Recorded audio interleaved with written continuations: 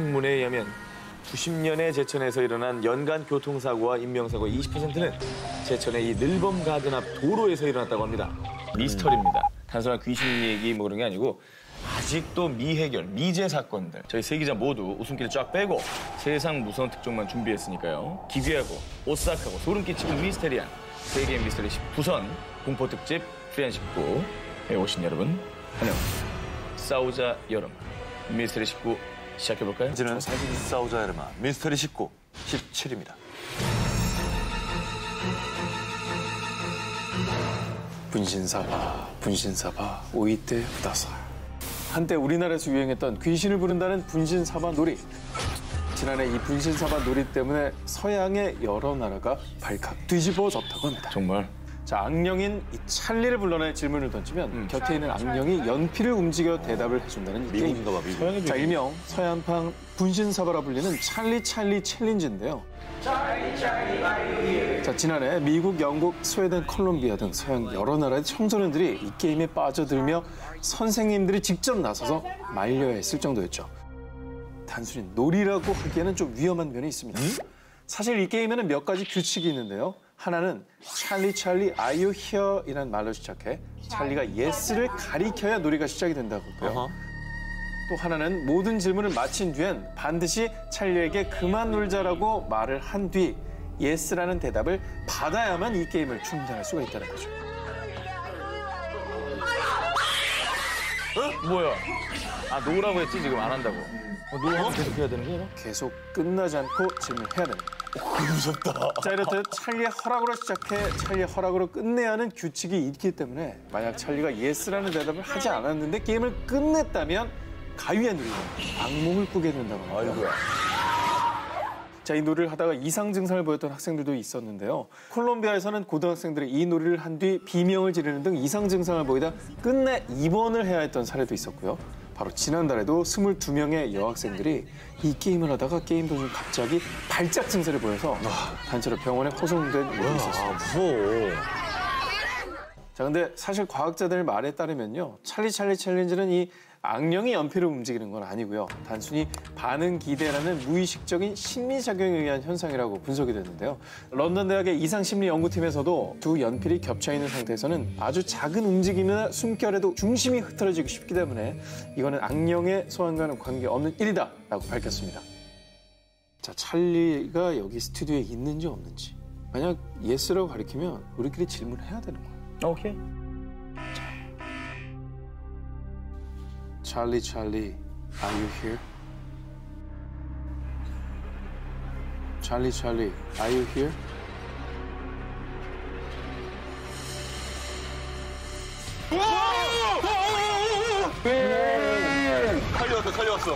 찰리 왔다. 찰리야, 정 기자 대만에 혼자 안 갔지?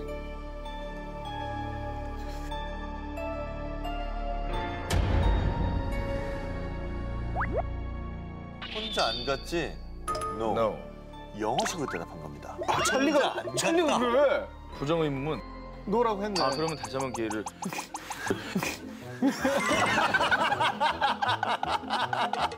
이렇게 결론 내죠. 찰리는 초콜릿 공장에 가 있는 거예요. 시원하게 아재 개그로 마무리하는 걸로. 사실 뭐 남양 특집으로 저희 준비했으니까. 예. 어쨌든 우리는 잘 성공하지 못해가지고.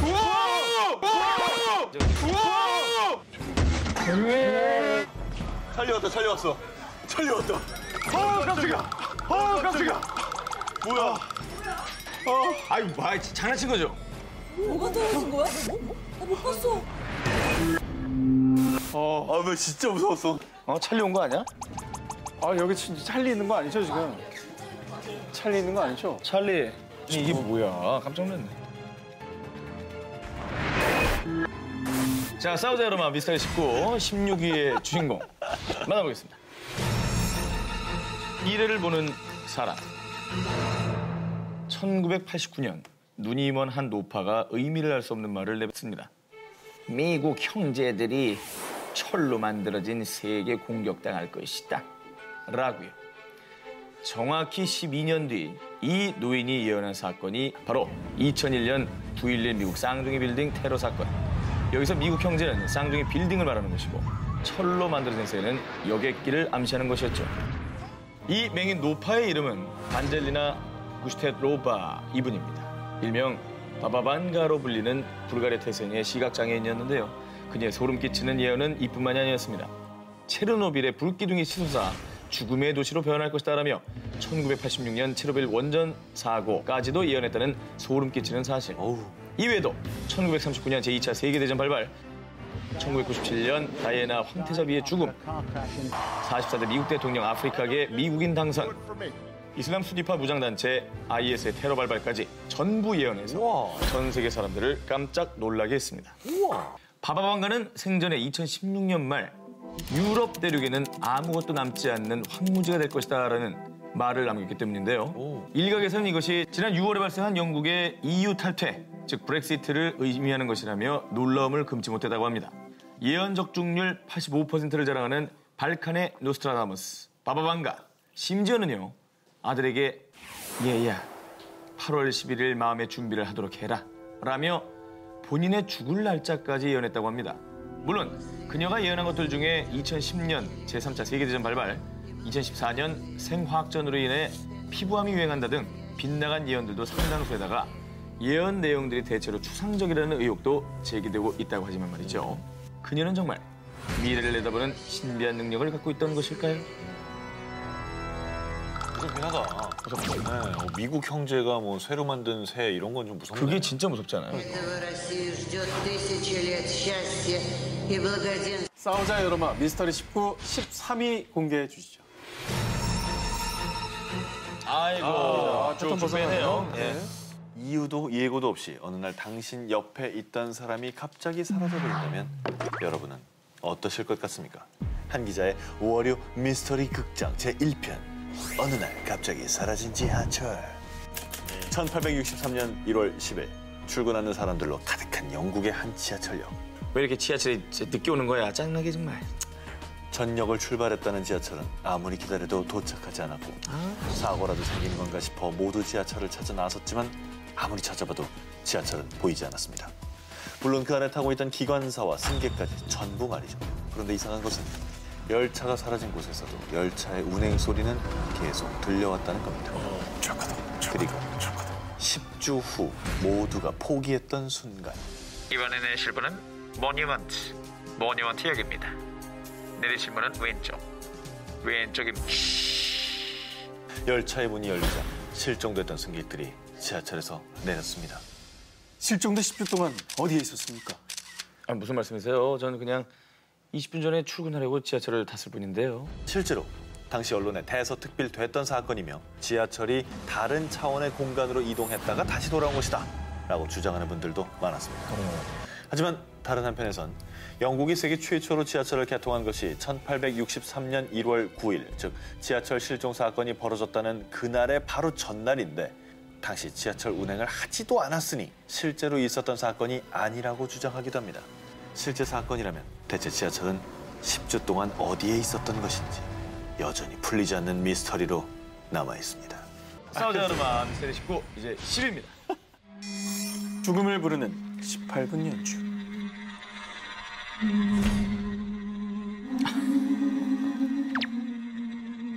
와, 정말 소리 자체가 무슨 공포 영화다. 전 세계에서 곡을 들은 300여 명 사망, 곡을 만든 작곡가가 자살했다 등등 무시무시한 괴담을 무한 생성해낸 이 노래. 미군이 바로 그 주인공입니다. 섬뜩한 가야금의 선율, 중간중간 튀어나온 알 수 없는 괴성과 기이한 가사들. 무려 18분이라는 긴 시간 동안 연주가 되는 이 곡은요, 오로지 가야금과 사람 목소리로만 표현을 해내고 있다는 사실. 대한민국 가야금계 살아있는 전설, 황병기 선생님이 1975년 선보인 국악 연주곡입니다. 처음 이 곡을 명동 국립극장에서 선보였을 당시 여성 관객이 비명을 지르며 공연장을 뛰쳐나가는 소동이 벌어지기도 했고요. 자, 이 때문에 문화 단속이 심했던 1975년 당시에는 곡 자체가 지나치게 쇼킹하다는 이유로 재공연 금지 처분을 받기도 했지만, 황병기 선생님 말씀에 따르면요, 이 곡의 전체적인 주제는 시대를 살아가는 인간의 희로애락을 표현한 것이라고 합니다.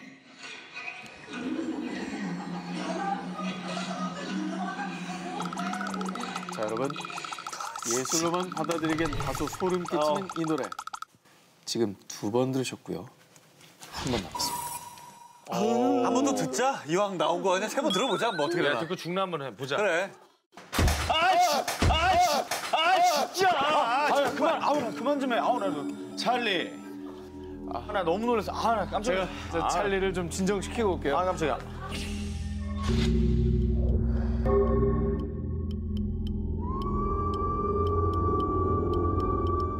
저 뒤를 쳐다보네요. 잘 있나? 또 떨어질 것 같아. 싸우자 여름아, 미스터리 19. 이번에 9위입니다. 실화의 담 일본 쓰나미 귀신. 약 2만여 명이 숨진 일본 역사상 최악의 재난이었죠. 2011년 3월 일본을 강타한 9.0 규모의 초대형 동일본 대지진 사건이었는데요. 그런데 이 사건 이후에 일본에선 미스테리한 일들이 계속 일어나고 있다고 합니다. 여성 손님 앞에 선 택시. 그 여성의 목적지는 미나미 하마. 택시기사는 이상한 생각이 들어서 이렇게 말합니다. 저 그곳은 쓰나미로 잔해만 남은 곳인데 괜찮아요? 여성은 제가 정말 죽은 건가요? 네, 사라졌습니다. 여기서 끝이 아닙니다. 또 한 마을의 동사무소에서는 매일 정해진 시간에 전화가 걸려옵니다. 하지만 받을 수 없었죠. 그 이유는 발신자 번호가 이미 쓰나미에 휩쓸려 초토화된 공공시설의 전화번호였기 때문이었죠. 그리고 전화가 걸려오는 시간은 매번 당시 쓰나미가 덮친 시각이었습니다. 그런 이유로 아무도 전화를 받지 않았는데요. 모르고 우연히 받은 직원의 증언.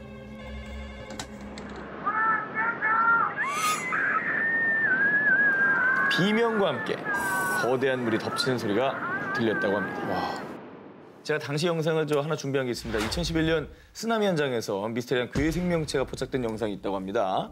쓰나미 속으로 뭐가 하나 들어갑니다. 보세요. 어디. 이제 그 뉴스 화면 저 봐요. 뭐 들어가죠? 쓱 들어가죠? 저게 누가 봐도 물보라가 아니에요. 일본인들 사이에서 바다 요정, 바다 유령이라 부르는데요. 수차례 촬영에 담겼다라고 합니다. 피해 지역의 유령 목격담이 속출하자 결국 2013년 일본의 공영방송 NHK에서는 쓰나미 희생자와 재회했다는 이재민의 불가사의한 체험을 특집으로 꾸민 스페셜 프로그램 동일본 대지진 고인과의 재회를 방영하기까지 했다고 합니다. 전문가들은 이런 현상을 두고 쓰나미로 잃은 가족과 이웃을 영혼으로나마 만나고 싶은 그리움과 죄책감이 유령 이야기를 확산시키고 있는 거라고 얘기하고 있는데요. 2011년 이후 5년이 지난 지금까지도 일본을 떠도는 유령 목격담. 과연 그 미스테리의 실체는 무엇일까요? 아유, 근데 뭐 진짜인지 아닌지 모르겠지만 참 안타깝다. 안타깝죠. 싸우자 여름아, 미스터리 19. 8위 공개합니다. 빨간 옷 소녀의 저주. 대만에는 오래전부터 전해져 내려오는 빨간 옷을 입은 한 소녀에 대한 얘기가 있는데요. 대만에서 마신자라 불리는 이 소녀 귀신은 사람들을 유인해 그의 영혼을 빼앗아 버리는 귀신으로요. 말도 안 돼. 자, 지금부터 제가 들려드리는 이야기는 소문도 전설도 아닌 바로 실제 선. 자, 1998년 3월 대만 타이중의 대둔산으로 놀러 갔던 한 가족이 이후 원인 불명의 병으로 모두 사망하는 사건이 발생했죠. 당시 대만에서는 귀신을 소재로 한 방송이 한창 유행 중이었는데요. 그중 신출귀몰 제작팀에게 도착한 하나의 영상이 있었습니다. 자, 그 영상을 본 제작팀은 경악을 금치 못했는데요. 영상 속에 있었던 건 등산하고 있는 가족들과 그 뒤를 따라가는 정체불명의 빨간 옷을 입은 소녀였죠. 뭐야. 이 방송이 나간 후 빨간 옷 소녀를 봤다며 수많은 사람들이 연락을 해왔고요. 이후 대만에서는 빨간 옷 소녀에 대한 공포감이 극대화됐습니다. 자, 이뿐만이 아닙니다. 한참 후인 2014년 7월 대만 화롄의 산속에서 한 여성이 실종된 후 며칠 뒤 극적으로 구출된 사건이 있었는데요. CCTV로 사건의 경위를 확인하면 경찰은 놀라움을 감추지 못했습니다. 그 이후 실종된 여성의 뒤로 이번에도 빨간 옷 소녀로 의심되는 빨간 광채가 따라가고 있었던 것입니다. 경찰의 이 발표 이후 또다시 대만 시민들은 충격에 빠져들었죠. 자, 아무튼 이렇게 20여 년 동안 빨간 옷 소녀와 관련된 의문의 실종 사건이 대만 전역에서 발생이 됐고요. 현재까지도 빨간 옷 소녀를 봤다는 제보가 끊임없이 이어지고 있다고 합니다. 자, 과연 이 미스터리한 사건의 진실은 무엇일까요? 저 정도면은 어느 정도 신빙성이 있는 거죠. 그냥 허무맹랑한 얘기만은 아니다라는 생각이 드네요. 그만큼 대만에서는 이 빨간 옷 소녀에 대한 공포감이 대중적으로 확산이 돼 있다. 뭐 이렇게 말씀을 드릴 수가 있는 거죠. 알겠습니다. 무섭긴 무섭다. 싸우자 여러마 미스터리 19 이번엔 7위를 공개합니다. 하늘이 보낸 마지막 사인. 2016년 6월 26일 전남 완도 앞바다 다도해 해상국립공원에 장관이 펼쳐졌습니다. 약 5m 크기의 범고래 6마리가 무리를 지어 이동하는 모습이 포착됐기 때문인데요. 아 귀엽다. 국내에서 쉽게 볼 수 없는 범고래의 등장에 모두가 찬사를 보낸 순간이었죠. 그런데 이 범고래의 등장을 아름다운 장관이 아닌 불길한 징조로 여긴 네티즌이 있었습니다. 이 네티즌은 범고래가 만약 지진의 영향으로 먼 바다에 있다가 다도해 쪽으로 임시 피신한 것이라면 며칠 내로 동북아 바다 어딘가에서 좀 큰 거 터질 듯이라며 지진을 예측했는데요. 또다시 사람들의 관심이 집중된 사건이 있었습니다. 범고래가 발견된 바로 다음 날 6월 27일 경기도 시흥에서 발견된 구름 때문인데요. 한 네티즌은 지진운 같아서 제보한다는 글과 함께 이 사진을 올렸습니다. 사진 속에는 일정한 간격으로 나란히 배치된 구름의 모습이 담겨져 있었죠. 보통 이런 지진운이 발견된 지 일주일이 지나면 지진이 발생한다는 속설이 있는데요. 그런데 말이죠. 이 속설을 증명하듯 두 장의 사진이 올라온 지 약 열흘 후인 2016년 7월 5일 울산에서 진도 5.0 규모의 지진이 발생한 것입니다.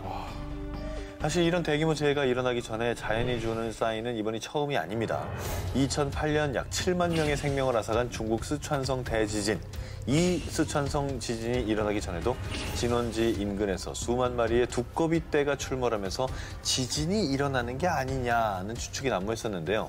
더욱 놀라운 사실은 두꺼비떼뿐만이 아니라 지진 무지개도 목격되며 지진 전조 현상에 무게를 실었습니다. 무지개가 우리가 평소에 보는 모습이 아니에요. 그러네요. 이 지진 무지개는 일반적인 타원형이 아닌 가로나 세로로 일자 모양을 한 무지개인데요. 2010년 칠레 대지진이 발생하기 전에도 여러 사람에게 발견됐던 지진 전조 현상 중 하나라죠. 하지만요, 학계에서는 과학적인 일관성이 부족하다는 이유로 지진 운 등을 지진의 전조 현상으로 인정하지 않고 있습니다. 과학 기술로도 예측하기 어려운 자연재해. 또 최근에 확인된 광안리 해수욕장 개미떼 출몰. 거제에서 잡힌 170cm 초대형 심해갈치, 그리고 알 수 없는 가스 냄새까지.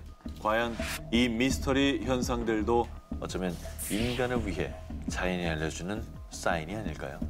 아니 근데 뭐 사실 무지개가 지진을 예보한다 이거는 사실은 땅에서 일어난 일이고 하늘이 알려주는 저 계시와 암시를 우리가 알면 얼마나 합니까, 인간이. 세상을 알면 얼마나 한다고 기존의 과학적 지식으로 저거는 설명이 안 돼요. 아우 시원해. 그럼 범고래가 출몰을 하고 지금 찰리야. 뭐 불리하면 찰리 팬클럽이니? 아니 과학 좋아한다는 분이 찰리를 왜 찾아요? 그렇죠.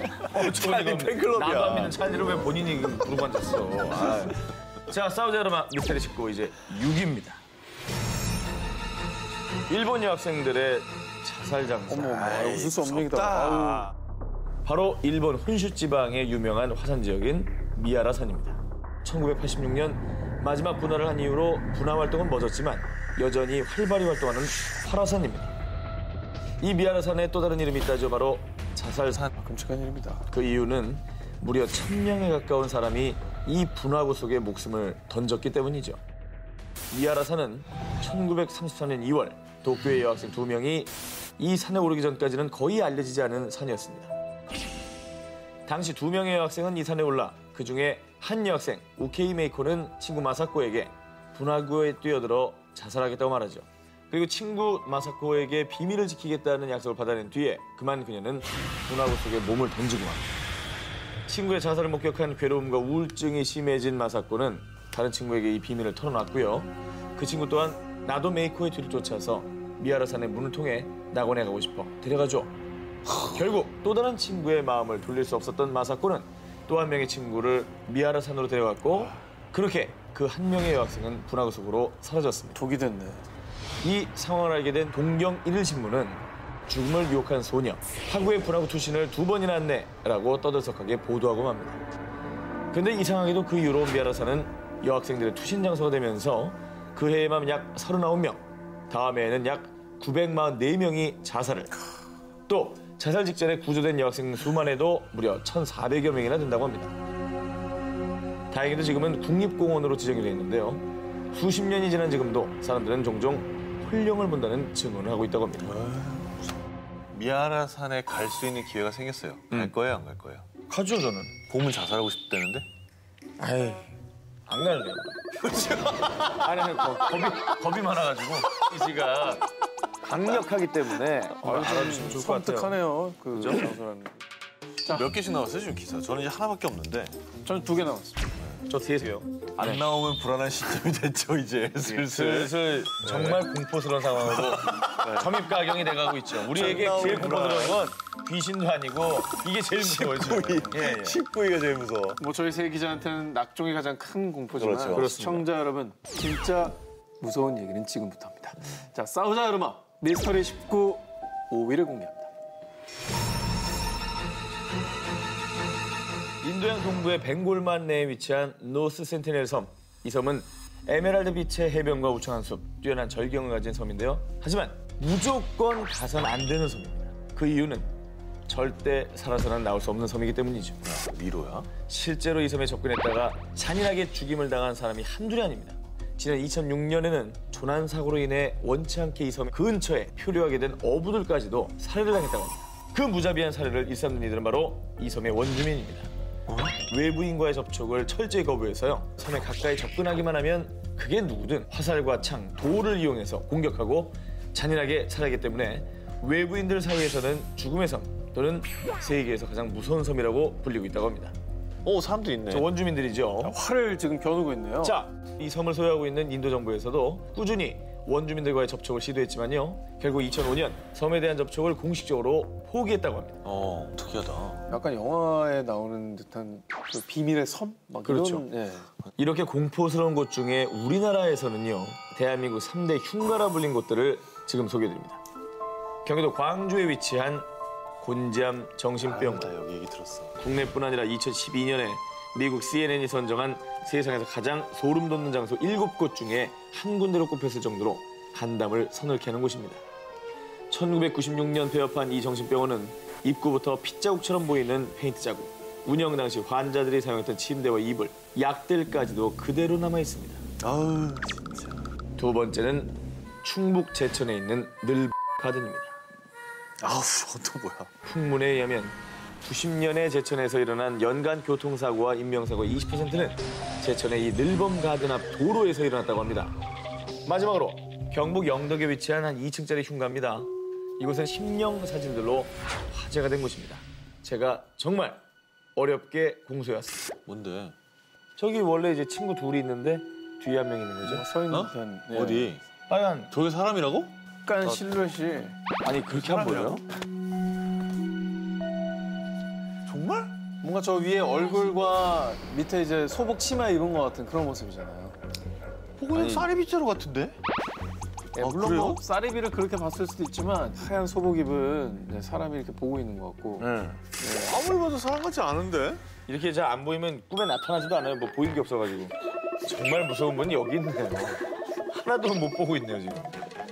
자 이제 탑3입니다. 해말고 싸우자 여름아 미스터리 19 3위입니다. 오, 이렇게 되면 전 기자. 아니 하나 뭐야? 끝나네요. 정말? 자, 이렇게 되면 오 기자 2개나 남았어요. 찰리 한번 다시 소환해야겠다. 누가 1위야? 이럴 바에는 한 기자가 이기는 게 낫죠. 아, 그래요? 네, 오 기자를 계속 꼴찌로 붙잡아놓는 게 나는. 나 저기가 왜 이래? 나 저기가 왜 이래? 깜짝이야. 왜 이래? 아니 저는 왜 이래 오늘? 지금 나 정규 꼴찌 계속 시키려고 하는 거야? 공약할 걸 꼴찌. 자, 전생을 기억하는 아이들. 이 세상에 태어나기 이전의 생을 의미하는 전생. 여러분은 전생을 믿으십니까? 여기 자신의 전생을 기억한다는 아이들이 있습니다. 5살 소년 루크 루엘만은 갑자기 알 수 없는 말을 하기 시작합니다. 난 루크가 아니야. 내 이름은 파멜라야. 난 30살 여자고 흑인이야. 시카고에서 화재로 죽었어. 라고 말이죠. 물론 루크의 부모는 아들의 이야기를 믿지 않았지만 그만 경악을 금치 못하게 되죠. 실제로 1993년 시카고의 팩스턴 호텔에서 화재가 발생했고요. 루크가 늘 말했던 여성의 신원이 확인된 것이죠. 얼굴 안 보면 안 돼? 오. 제가 어떻게 알았을까? 과연 흑인 여성 파멜라는 루크로 환생을 한 걸까요? 여기 또 더 놀라운 전생을 기억하는 소년이 있습니다. 미국의 제임스 라이닝거는 비명을 지르며 잦은 악몽을 꾸더니 저는 불타는 비행기에 갇혀 있어요.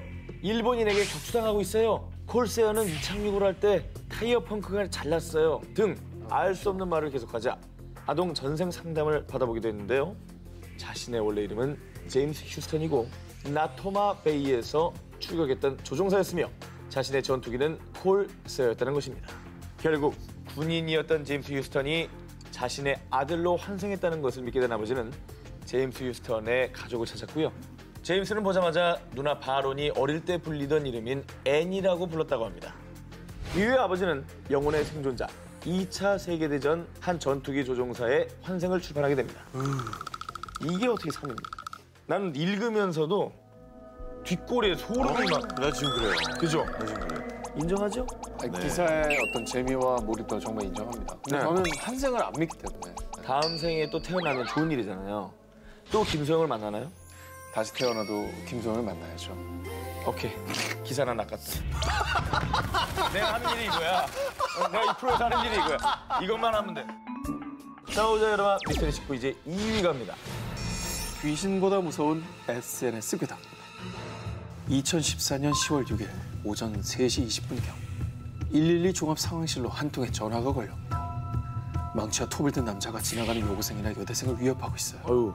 신고자는 이 내용이 현재 SNS로도 확산되고 있다고 실제 사건임을 강조했는데요. 자, 실제로 당시 SNS에는 대구 성서쪽 및 상인동 친구들아 조심해라. 티나지 않게 팔짱을 끼고 다닌다는 상세한 인상착의는 물론 추가 목격담까지 올라오면서 대구 주민들의 불안감을 증폭시켰는데요. 아이고. 자, 당시 CCTV에 찍은 범인 사진을 준비했습니다. 어머. 사진만 봐도 이게 보통 사건이 아님을 짐작하실 수 있으시죠? 들고 있나요? 지금? 망치 있잖아요, 저. 흉기를 들고 있습니다. 자, 그런데 수사에 착수한 경찰이 밝힌 사건의 정말 충격이 아닐 수 없었습니다.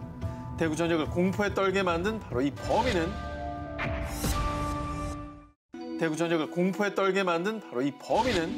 중학생이었고 아이고, 웬일이니. 자, 대구 경찰청은 이 겁이 많은 중학생으로 인해 벌어진 해프닝이라고 일축을 했습니다. 무슨 소리야? 자, 무슨 얘기냐고요? 늦은 시간 대구를 방문한 친척을 데리러 나가던 중학생은 본인이 가진 두려움을 떨치기 위해서 집에 있던 망치와 톱을 들고 친척을 마중을 나갔습니다. 자, 그런데 이후 일반 시민들이 해당 사진을 사연도 모르고 SNS에 올리며 괴담이 퍼지게 된 건데요. 지금 뭐 주황색 비옷 같은 것도 입었잖아요. 예. 밤에 길거리에서 보면 진짜 무섭긴 할 것 같아.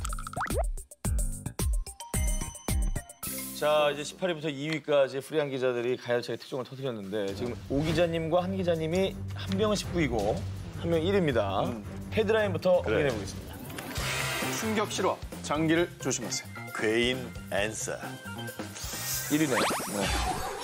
오 기자부터 한번 승부수를 띄워볼까요? 아, 이건 정말 네.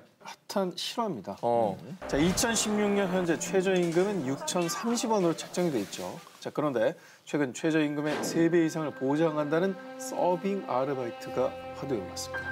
구인 사이트에 올라와 있는 휴대폰 번호로 전화 면접을 진행했는데 그 질문 내용이 조금 이상했습니다.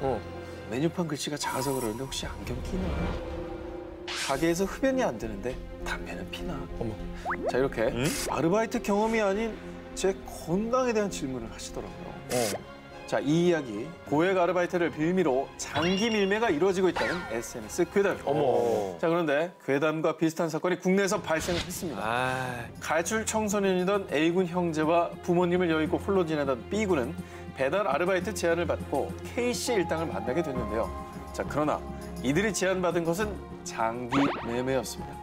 겁에 질린 A군 등이 이를 거절하자 또 다른 제안을 했는데요. 바로 서울까지 마약을 운반해달라는 것이었죠. 아이고, 웬일이야. 그러나 K씨 일당의 진짜 목적은 물건을 배달해줄 사람이 아닌 가출 청소년들의 장기였습니다. 다행히도 범행 직전 부산 해운대 경찰서 강력 4팀에 의해서 검거되면서 미수에 그칠 수 있었습니다. 다행이다. 다행이죠. 자, 어쩌면 가장 무서운 건 귀신이 아닌 인간의 욕심이 아닐까요? 귀신 얘기, 뭐 훌령, 찰리 얘기 많이 했지만 그런 찰리보다 무서운 게 인간입니다. 맞아요. 네. 자, 또 다른 1위 후보 한 기자, 괴인 앤서 들어볼까요? 이 괴담대로만 하면 당신도 미래를 알 수 있습니다. 10명이 원을 그리고 앉아 옆 사람에게 동시에 전화를 겁니다. 이렇게 동시에 서로에게 전화를 걸면 전부 통화 중 신호가 나와야 정상인데 10대 중 한 대의 전화는 누군가가 전화를 받습니다.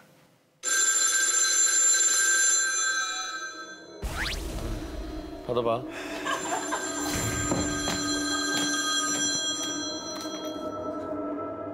찰리.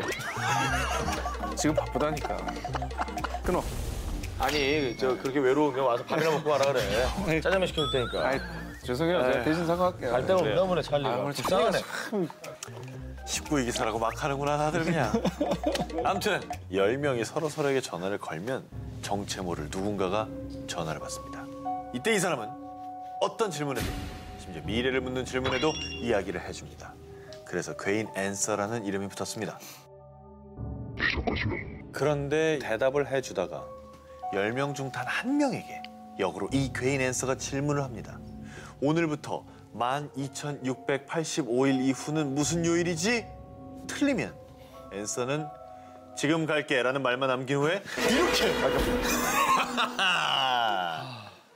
이렇게 마침 졸리던 신체 차에 일부를 감사합니다. 예. 뜯어간다고 합니다. 신체 일부를 뜯어요? 그러니까 이 괴인 앤서가 근데 사실은 그 일본에서 이야기가 너무 널리 퍼져서 방송에서 실험도 하고 그랬답니다. 근데 네. 진실은 일본의 전 국민이 파릇파릇 낚인 뭐 희대의 사기극이었던 건데 네. 찰리가 17이니까 얘는 19이겠다. 근데 프리한 데스크가 또 이거를 또 유독 좋아하셨을 수도 있어요. 몰라요? 전화 연결 한번 해볼까요? 여보세요? 아유, 반갑습니다. 미스터리 특종 좀 남낭 특집으로 저희 준비를 했는데 좀 평가해 주신다면 어떤가요? 처음 접하는 괴담이 되게 많았어요. 오. 제일 기억에 남는 게 있다면? 그 1위로 뽑은 거라 지금 말씀드리기가 좀. 그럼 몰라. 그럼 몰라. 그럼 몰라. 잠깐만. 너도 당해봐. 잠깐만. 모르는 거야. 좋아. 자, 사우드 여러분 미스터리 식구 이제 오성대 작가님이 선정한 대망 1위 특종. 뭔가 좀 불길한데 공개해 주세요. 네, 두 기사 중 1위는 감기를 조심하세요입니다.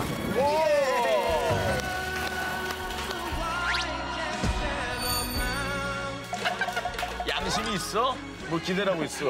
1위로 선정한 이유를 뭐 다시 한번 자세히 설명해 주신다면요?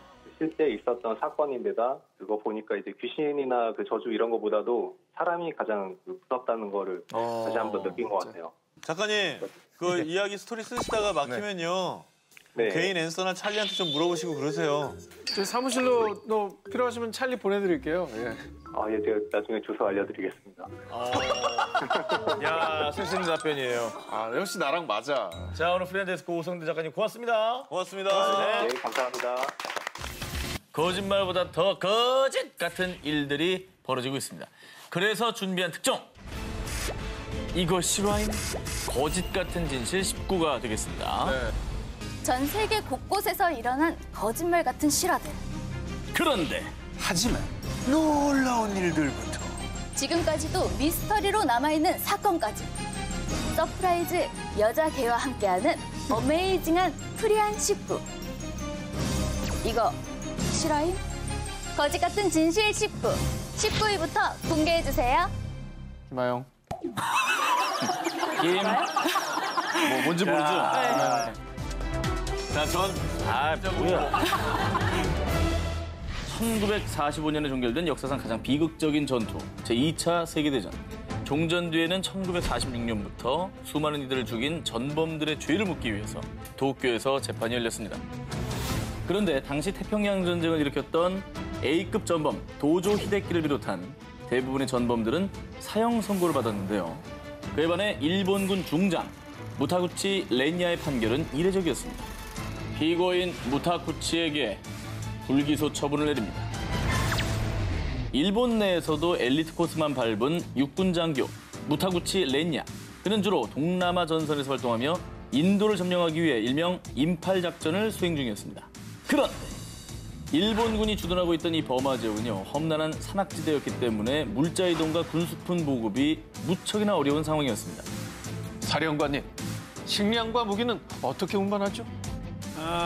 그거는 뭐 소로 운반하면 되지. 그다음에 잡아먹으면 일석이조 아니야?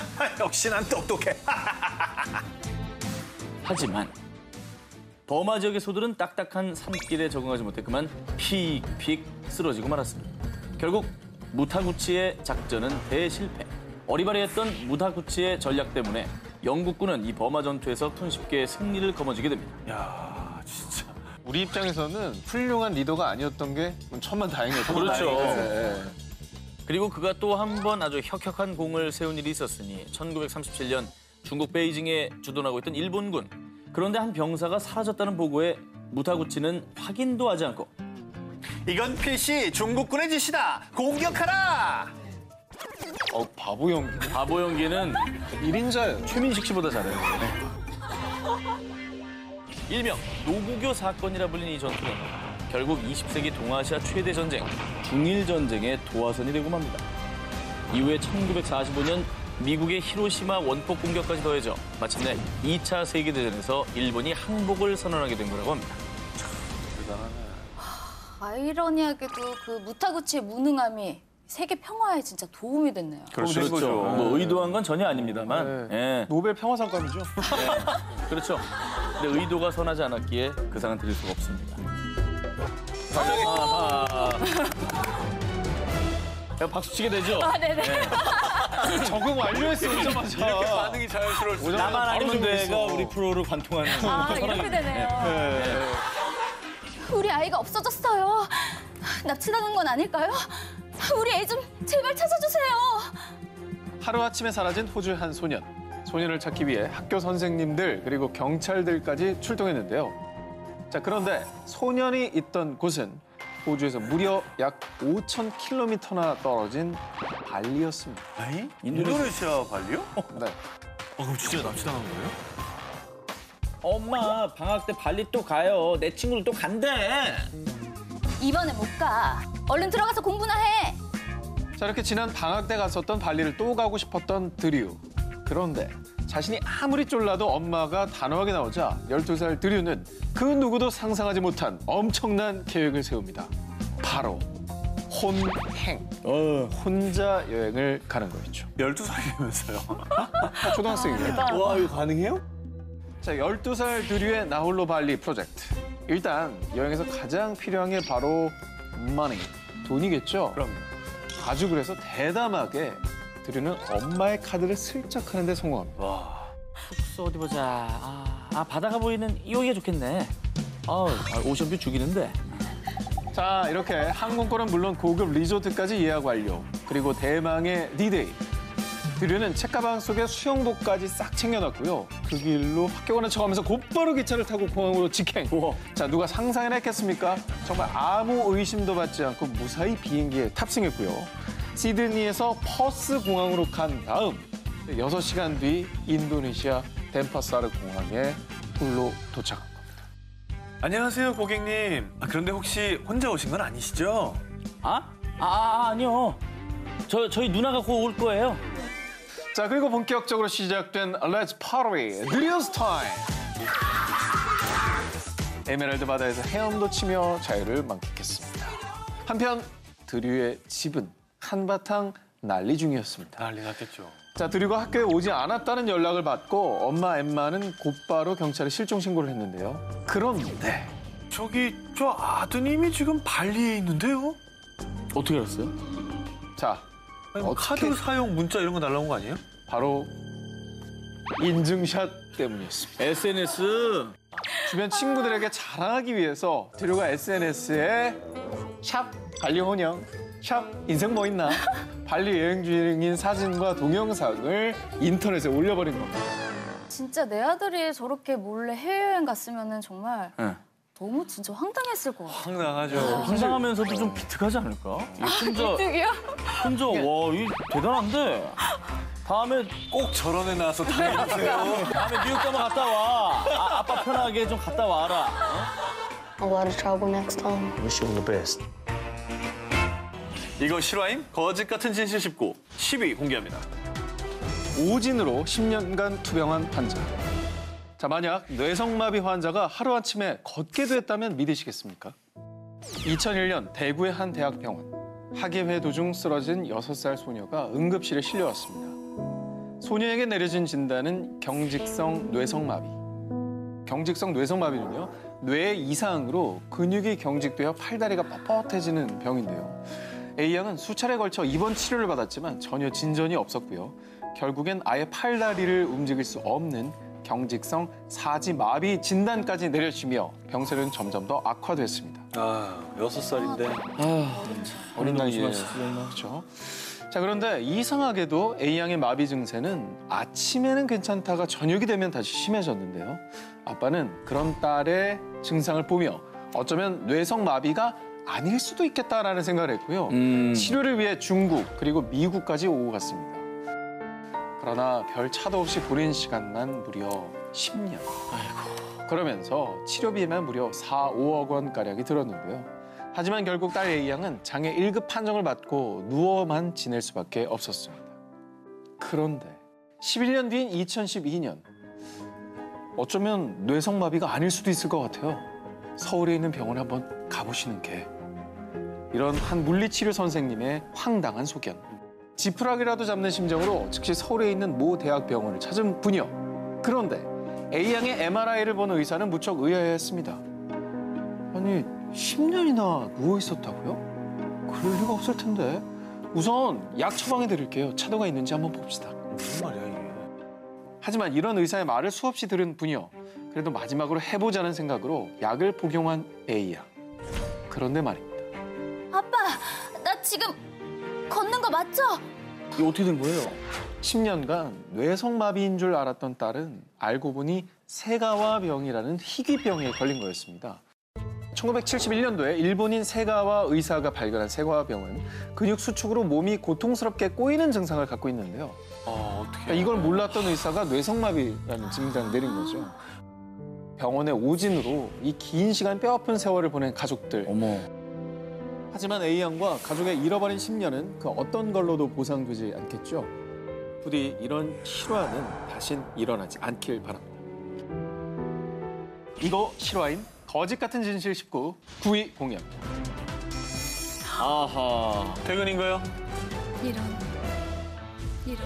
퇴근이야? 김퇴? 저 퇴근이죠? 아, 1위는 중요하지 않습니다. 매 순간 최선을 다하시는 게 중요하죠. 누구나 꿈꾸는 복권 당첨의 꿈. 그런데 미국에선요, 이 복권 당첨보다 더 희박한 확률로 아주 우연히 엄청난 행운을 얻은 한 남자가 있습니다. 뭐죠? 엄청난 행운. 또 놀랄 준비해야 되나요? 지난 2010년 미국 캘리포니아 프리몬트에 사는 골동품 수집가 랜디 구이아로 씨. 그는 인근 도시를 여행하다 한 중고품 가게에 들렀습니다. 그런데 그곳에서 그의 눈길을 사로잡은 낡은 흑백 사진 3장. 사람들이 모여 게임을 하는 듯한 모습이었는데요. 3장에 $2, 3,000원도 안 되는 가격에 구매를 했죠. 그렇게 그의 수집함에 컬렉터가 하나 더 추가됐는데 무려 5년의 세월이 흐른 2015년 어느 날 그게 대체 무슨 사진이었을까 하고 궁금해진 랜디는 한 화폐 감정회사에 의뢰를 했는데요. 그런데 사진을 보고 깜짝 놀란 감정 전문가. 왜? 이 사진이 진짜라면 $500만 넘을지도 몰라요. 무려 53억 원의 감정가를 매긴 건데요. 저 뭐야? 무슨 사진인데 저게 50억이 넘어요? 이유는 사진 속 주인공 때문이었습니다. 그의 정체는 세계적인 살인마 빌리 더 키드. 아, 뭐야? 뮤지컬인가 영화 영화 뮤지컬 맞죠? 예. 그 소재로 나왔던 그 사람. 네, 맞아요. 참고로 당시에만 해도 빌리 더 키드가 찍힌 진본 사진은 감정된 것만 세상에 단 한 장. 어머. 즉 이 사진이 진짜라면 세상에 딱 2개뿐인 빌리 더 키드의 사진 중 하나인 거죠. 와. 희귀템이네요, 정말. 전 세계 2장이라니까. 완전 레어템이네. 그래서 좀 더 확실한 감정을 위해 화폐 감정 회사에서는요. 세계적인 N 다큐멘터리 채널 제작팀과 함께 사실 여부 파악에 나섰습니다. 그리고 골동품 수집가, 감정 전문가, 심지어 안면 인식 전문가까지 합세 프로그램을 통해 이전에 공개된 빌리 더 키드의 사진 속 이목구비와 면밀히 비교도 해보고요. 또 사진이 찍힌 장소를 찾기 위해 G사의 위성 사진을 다 뒤져 사진이 찍힌 지역으로 추측되는 뉴멕시코 일대를 돌아다니며 수개월을 헤맸습니다. 그렇게 약 1년 만에 이 빌리 더 키드의 사진은 진짜가 확실합니다. 소름. 결국 진본으로 밝혀진 이 사진. 1978년 여름 빌리 더 키드가 갱단 멤버들과 함께 크로켓을 하는 모습을 찍은 것이었습니다. 빌리 더 키드가 어디 있는 거예요? 아, 저기 뒤에 약간 구보정하게 서 있는 저 사람. 저 사람. 저 빌리 더 사람. 키드. 와. 참고로 그 뒤 이 사진을 감정한 회사에선 500만 달러, 53억 원의 보험에 가입했고요. 현재 이 사진의 주인인 랜디와 함께 판매를 계획하고 있다고 합니다.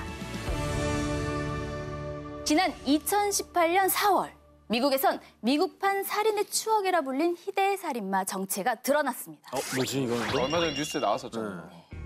1970년부터 1986년까지 무려 11년간 12건의 연쇄살인, 최소 45건의 성폭행을 저지른 미국 최악의 장기미제 사건 범인이 42년 만에 검거됐는데요.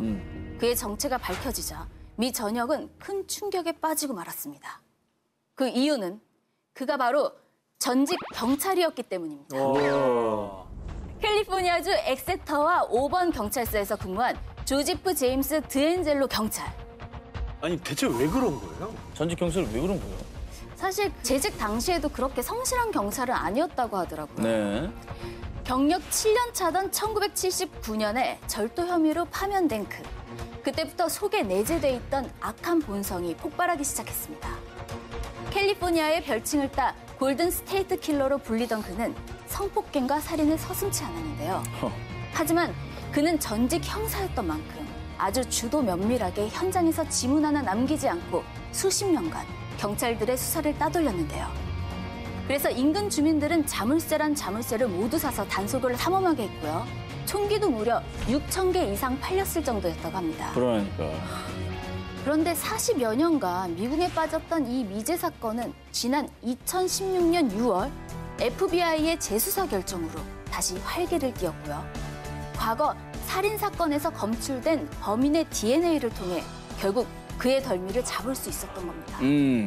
그런데 그를 잡았을 때 정말 소름 끼쳤던 것은요. 어느덧 70대 노인이 된 그는 이웃집의 인자한 할아버지의 모습으로 평범한 노후를 보내고 있었다는 겁니다. 그래서 미 전역에선 전직 경찰이 살인마였다니 정말 믿을 수가 없다. 이젠 옆집 할아버지도 못 믿겠다며 크게 분노했습니다. 극악무도한 범죄를 저지른 범인의 믿을 수 없는 정체. 하지만 그의 여생에서 더 이상의 평범함은 없을 겁니다. 이거 실화임? 거짓 같은 진실 19. 7위 공개해주세요. 2년 동안 스스로 감금당한 여자. 2008년 2월 27일 미국 캔자스주. 똑똑. 자기야, 밑으로 밥 나왔어. 근데 언제 나올 거야? 한 내일쯤 나갈게. 35세 여성 팸 베브콕은요. 2년 동안 화장실에서 그것도 변기에 앉아서 생활하고 있었습니다. 뭔데 왜 거기 살아요? 이 황당한 사건의 시작은 2006년. 평소처럼 알콩달콩 시간을 보내고 있던 두 사람. 그런데 나 잠깐 화장실 좀. 무슨 일인지 여자친구 팸은 화장실에서 통 나올 생각을 안 했습니다. 몇 시간, 아니 며칠이 지나도 말이죠. 어떻게라도 좀 데리고 나와야 되는 거 아닙니까? 계속 거기에 뭐 음식 주고 그런 것보다. 뭐 비단 화장실이 아니라 어떤 방에만 2년 동안 있다고 해도 그래도 못 힘들죠. 견딜 상황인데 2년이나 지나고서야 사태의 심각성을 느낀 남자친구 코리는 신고를 했습니다. 참 둔하시네요. 한 1년 있다 나올 줄 알았는데 2년씩은 좀 너무 심한 거 아닌가. 갑자기 어느 날 무슨 계기로 심각성을 느꼈는지 그게 더 궁금한데요. 출동한 경찰들은 정말 경악을 금치 못했습니다. 이럴 수가! 이 변기랑 몸이 붙어버렸잖아!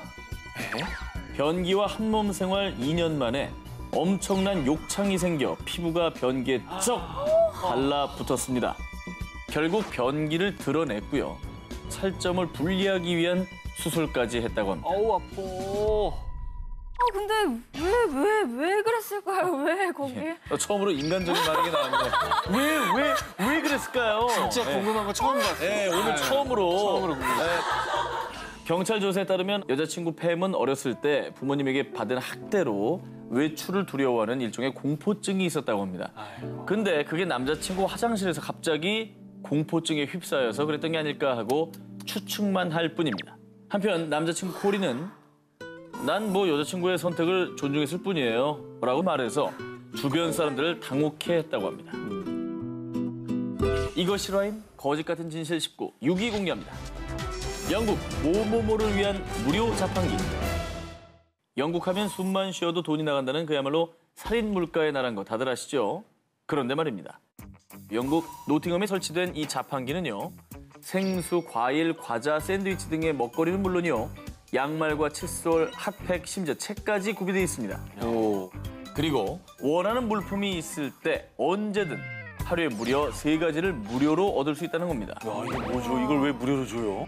이 자판기를 사용할 수 있는 사람은 바로 노숙자. 약간 그럼 사회산업의 일환인가요? 세계 최초의 노숙자 전용 자판기가 영국에 등장한 이유. 29살의 청년 후자이파 칼리드의 아이디어로 시작됐습니다. 그는 매일 기차로 장거리 통학을 했습니다. 그런데 그때마다 기차역에서 늘 노숙자들을 만난 것이죠. 참고로 영국 정부의 조사에 따르면 노숙자 수가 7년 연속으로 증가하면서 영국 내 노숙자 문제는 매우 극심한 상황인데요. 그래서 노숙자들에게 언제든 도움을 줄 수 있는 방법이 없을까 고민하다가 생각해낸 것이 바로 24시간 이용 가능한 자판기였던 겁니다. 진짜 멋있네. 그 뒤 곧바로 액션 헝거라는 자선단체를 설립. 자판기 회사와 지역의 식료품 회사의 기부를 받아서 전 세계 최초로 영국 노팅엄 비 쇼핑몰 앞에 노숙자 자판기를 설치했다고 합니다. 이제 사람이 없고 자판기가 있으니까 그렇죠. 당당하게 눌러서 내가 원하는 걸 가져갈 수 있는 아이디어가 진짜 좋은 것 같아요. 다른 곳에서도 이런 얘기가 많이 들렸으면 좋겠네요. 이거 실화임? 거짓 같은 진실 19, 5위 공개합니다. 죽음의 문턱에서 3번 돌아온 남자. 올해 4월 19일 하와이의 한 평화로운 휴양지 카우아이 섬에서 20살 청년 딜런 맥윌리엄스는 보디보드를 즐기고 있었습니다. 그런데 그때 무려 2m 길이의 뱀상어의 공격을 받은 딜런은 오른쪽 종아리를 콱 물려서 피를 철철 흘리면서도 꼭 살아야겠다는 의지 하나로 간신히 헤엄쳐 나왔습니다. 크게 다쳤네 진짜. 겨우 목숨을 구한 딜런. 그리고 다행히도 뱀상어에게 물린 종아리는 봉합수술 끝에 절단을 면할 수 있었습니다. 아유 다행이다. 그런데 딜런이 이렇게 죽음의 문턱에서 살아 돌아온 것은 이번이 처음이 아니었습니다. 3년 전 미국 유타주에서 하이킹을 즐기던 딜런. 뭔가 다리를 날카롭게 깨문 듯한 느낌을 받게 됩니다. 그것의 정체는 단 2에서 3mg의 독만으로도 성인 남성을 사망에 이르게 할 수 있다는 방울뱀이었습니다. 아유, 어디 다니면 안 되겠다, 저분은. 아유. 하지만 이때도요, 정말 운 좋게 곧바로 병원에 이송됐고요. 목숨을 건질 수 있었습니다. 그런데 말입니다. 정말 믿기 어려우시겠지만 딜런과 독한 맹수들의 악연은 거기서 끝이 아니었습니다. 2017년 7월 어느 날 미국 콜로라도주로 캠핑을 떠난 딜런. 캠핑을 또 갔어요. 캠핑을 가. 내가 딜런이면 캠핑에 캠짜도. 그냥 실내 테마파크 이런 데나 가지. 아 정말. 텐트에서 자다가 갑자기 목덜미가 잘려나가는 듯한 아픔에 눈을 떴습니다. 뭔가에 목덜미가 콱 물린 것이었는데요. 약 136kg의 육중한 흑곰이었습니다. 아니, 맛있는 냄새가 나나? 왜 이렇게 물어? 흑곰에게 물린 채 질질 끌려가던 딜런은 와, 이번에는 진짜 죽을 수도 있겠다라는 생각을 합니다. 그래서 그때 필사적으로 택한 방법이 이겁니다. 손가락으로 콱 찌른 거죠. 눈을! 흑곰의 눈을! 아니, 눈이 멀 텐데, 커서 얼굴이. 그럼 이렇게 찔렀나 보죠. 이게 안 될 텐데. 흑곰이 고통에 몸부림치는 그 틈을 타서 이번에도 겨우 도망칠 수 있었다고 합니다. 무려 3번의 죽음의 위기에서 탈출한 딜런은요. 저는 운이 좋은 사람이라기보다는 불행한 상황에서의 운이 좋은 것 같아요. 라는 말을 남겼다고 합니다. 이거 실화인 거짓 같은 진실 19. 이번엔 4위를 공개합니다. 하루아침에 눈이 번쩍 뜨인 사연. 1987년 뉴질랜드의 11살 소녀 리사 리드는요. 청천벽력 같은 진단을 받게 됩니다. 뇌종양입니다. 근데 위치가 너무 안 좋아요. 수술한다고 해도 살 확률은 5% 정도밖에 안 됩니다. 하늘이 돕기라도 한 걸까요? 다행히도 시신경을 누르고 있던 뇌종양을 제거할 수 있었습니다. 그런데 선생님, 앞이 새까매요. 왜 이런 거죠? 안타깝게도 뇌종양을 제거하면서 그녀의 시신경이 크게 손상된 겁니다. 아유. 그렇게 하루하루 시력이 떨어지다가 결국 3년 뒤엔 시각장애인 판정을 받게 됩니다.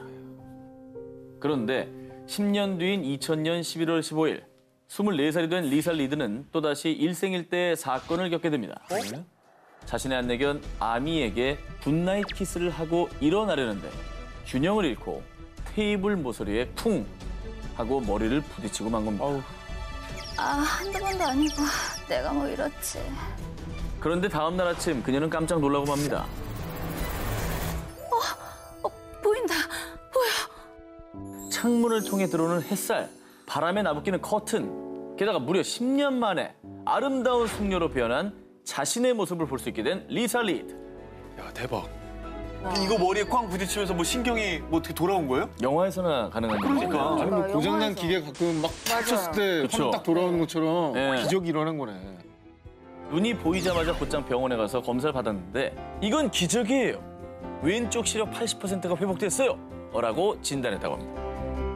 서프라이즈 마무리로 치면 그거네요. 그녀의 의지가 이렇게 남은 거 아니었을까? 맞네. 이거 실화임? 거짓 같은 진실 19. 3위 공개해주세요.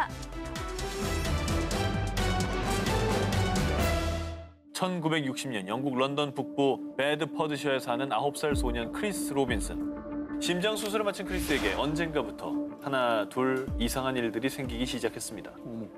임사 체험에 유체 이탈을 겪기까지. 심지어는 꿈에서 미래가 보이기 시작했습니다. 예지몽 같은 거예요? 이 사람의 예지력은 40즈음에 급상승합니다. 1993년 어느 날엔 하늘을 가르던 두 대의 제트기가 크게 충돌하는 아주 불길한 꿈을 꾸게 되는데요. 그래서 그는 에어쇼의 주최자에게 전화를 걸었습니다. 당장 중단하세요. 분명 사고가 날 거라고요. 제가 꿈에서 봤어요. 단순히 장난 전화로 생각한 에어쇼 관계자는 대수롭지 않게 전화를 끊었는데요. 그런데 몇 주 뒤 영국 페어포드 공군 기지에서 열린 에어쇼에서 실제로 두 대의 제트기가 충돌하는 사건이 일어난 겁니다. 게다가 4년 뒤인 1997년 8월엔 고 다이애나 왕세자 빈의 사망까지 예언하자 크리스는 자신의 능력에 더 큰 두려움을 느끼게 됐습니다. 이상하다. 결국 고민 끝에 초능력자들의 실체를 벗겨낸다는 애리조나 주립대학교 심리학 교수 게리 슈왈츠 박사에게 제 초능력을 테스트받고 싶습니다. 라는 메일을 보냈습니다. 그 뒤 게리 슈왈츠 박사는 크리스와 함께 약 열흘간 호텔에서 투숙하며 그의 예언 능력을 검증했는데요. 모든 테스트를 완벽하게 통과한 크리스. 그런데 크리스의 표정은 어딘가 불안해 보였습니다. 크리스 씨, 무슨 일입니까? 안 좋은 꿈이라도 꾼 거예요? 한참 초조해하던 크리스가 고민 끝에 내민 한 장의 그림. 저저 뭐 911? 트윈타워. 아, 말도 안 돼. 저거를 미리 그렸다고, 저거를? 미리 그린 거죠. 에이. 지금 무섭죠? 2001년 무려 3,000명에 가까운 사상자를 낳은 9.11 테러. 그러니까 이 사건을 1년 전에 예견했던 겁니다. 소름 돋아, 소름 야, 돋아. 야. 그냥 말로 한 게 아니라 적어놓은 걸 보니까 확 믿어지네. 아니, 빌딩을 두 개를 그려놨잖아. 그래서요, 미 중앙정보국 CIA에서 대형 범죄를 예견하고 범인을 색출하는 직책을 맡기도 했고요. 또 자신이 예언하는 모든 내용을 SNS와 홈페이지에도 게재합니다. 좋은 일이죠. 전 세계인들에게 21세기의 노스트라다무스로 통하며 지금 이 시각에도 지구 곳곳에서 벌어지는 크고 작은 일들을 예언하고 있다고 합니다. 자, 그럼 오늘의 1위 특종 후보 만나보도록 하겠습니다. 먼저 헤드라인 볼까요? 18년간 숨겨온 엄마의 비밀. 중국 현실판 원더우먼이 있다. 이거 실화임? 거짓 같은 진실 19. 저부터 발표합니다. 2014년 미국 사우스캐롤라이나주의 한 평범한 소녀 알렉시스 마니고. 자신의 어머니 글로리아 윌리엄스의 서랍에서 자신의 아기 때 사진을 보게 됩니다. 엄만 내 어릴 때 사진 없다더니 여기 있구만. 근데 이거 어디서 본 사진인데? 얼마 전 우연히 인터넷에서 본 1998년 실종 여아 사진. 쌍둥이인가? 그때 알렉시스는 자신이 18년 전 세간을 떠들썩하게 한 영유아 납치 사건의 피해자였음을 알게 됩니다. 큰 혼란에 휩싸인 알렉시스. 결국 알렉시스는 엄마 몰래 DNA 검사를 의뢰했는데요. 결과는 역시나 충격 그 자체. 지난 18년 동안 엄마라고 생각했던 사람이 사실은 피 한 방울 섞이지 않은 남이었던 겁니다. 진짜 충격이었겠다.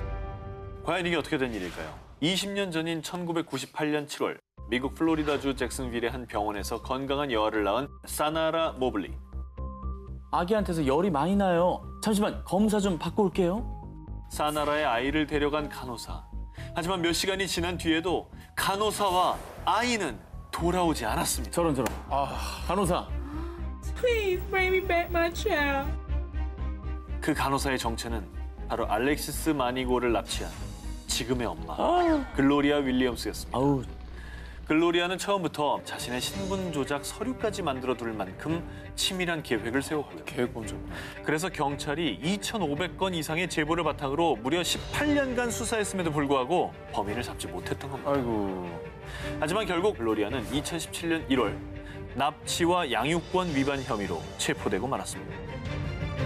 이 딸 알렉시스는 엄마 글로리아가 체포되기 직전에 어느 쪽이 나의 엄마인지 정의하고 싶지 않습니다 라면서 그녀를 꼭 끌어안고 눈물을 흘렸고요. 한편 비로소 18년 만에 자신의 진짜 가족에게 돌아온 그녀.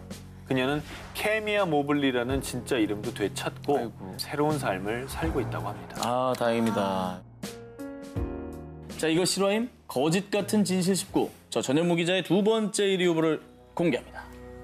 2018년 4월 중국 후베이성 북부 샹양의 한 시내버스 안. 아줌마 괜찮아요? 머리에서 피가 많이 나요. 자, 이렇게 사람들이 놀란 이유.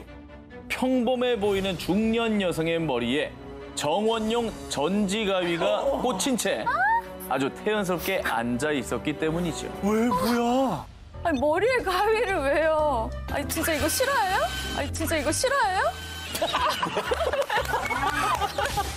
그녀의 연기가 그녀를 이렇게 만든 건 아니었을까. 아니라고 몇 번 얘기했는데 내리셔는 맨날 그렇게 끝나는 거야. 가위를 머리에 꽂은 주인공은요. 57살의 쉔 샤오잉 씨입니다. 그녀는 그날 마당에서 마호가니 잎을 수확하고 있었어요. 그런데 손이 닿지 않자 긴 대나무에 전지가위를 묶어서 따려고 했습니다. 그때 대나무 장대 끝이 톡 부러지면서 대나무에 묶여있던 가위가 그대로 수직낙하 샤오잉의 머리에 팍 꽂혀버린 것입니다.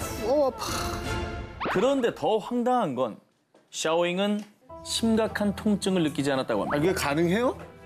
그래서 일단 가족을 불렀는데요. 안타깝게도 아무도 없었습니다. 네. 택시도 잡히지 않자 그때 바로 온 버스를 타고 병원으로 향했던 겁니다. 그렇게 무려 1시간이나 걸려 병원에 도착. 아이고. 환자분 괜찮아요? 왜 누우세요. 간호사 빨리 와 빨리.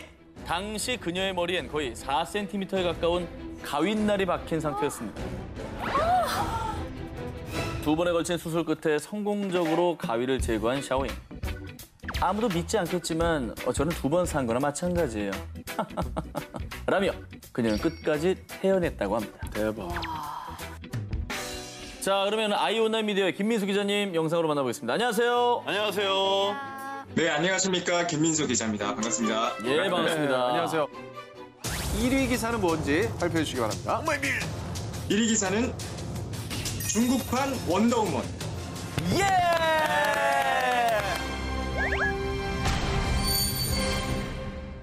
이 기사 1위로 선정한 이유 듣고 싶은데요.